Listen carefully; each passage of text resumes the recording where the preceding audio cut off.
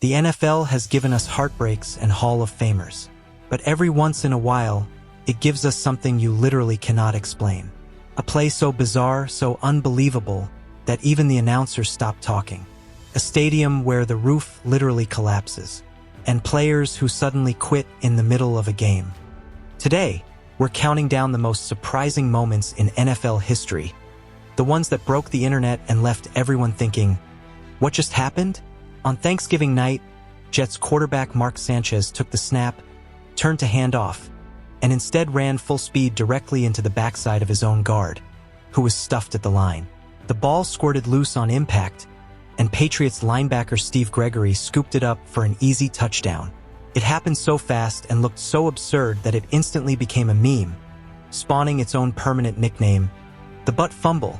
It's still cited as the most replayed, most memed blooper in NFL highlight history, and Sanchez has never fully escaped its shadow. Before a Vikings-Giants game, a brutal Minneapolis blizzard dumped over a foot of snow onto the Metrodome's inflatable roof. The weight became too much, and in the middle of the night, panels of the dome literally tore open and collapsed inward, sending snow and debris crashing onto the empty field below. Security cameras caught the entire thing on tape, and the footage went viral instantly. The game had to be relocated to Detroit's Ford Field with almost no notice. It remains the only time in modern NFL history that a stadium's roof physically fell apart before kickoff.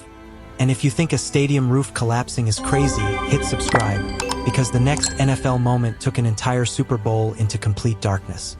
Momentum was fully on the Ravens' side after a 108-yard kickoff returned touchdown to open the second half of Super Bowl 47. And then, without warning, half the Superdome's lights simply shut off. Play was suspended for 34 minutes while engineers scrambled to figure out what happened, later attributed to an electrical relay device malfunctioning. Players stood around confused, security lined the field, and millions of viewers watched a Super Bowl literally go dark mid-broadcast. The 49ers used the delay to regroup and nearly completed a historic comeback. It remains the strangest disruption in Super Bowl history. Vikings defensive end Jim Marshall scooped up a fumble and, in the confusion of the play, simply started running the wrong way, 66 yards in the wrong direction, before triumphantly throwing the ball out of what he thought was the end zone. It was actually his own end zone. The result, a safety for the opposing 49ers.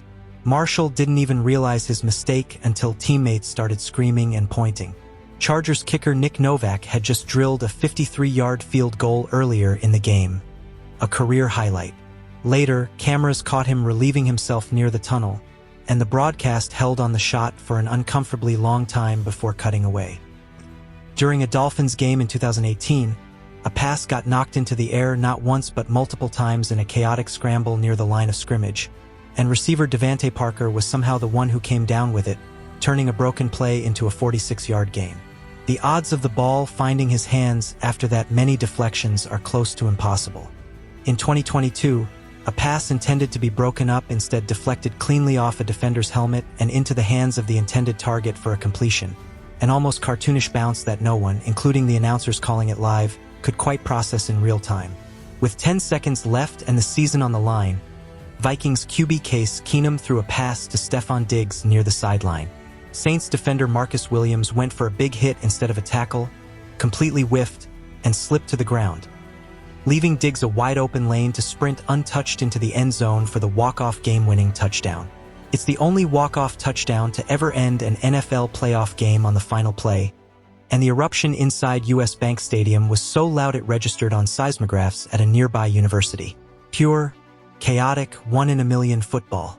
Moments before kickoff of Super Bowl 38, a man dressed in a referee's uniform sprinted onto the field and began doing cartwheels at midfield in front of a live global television audience.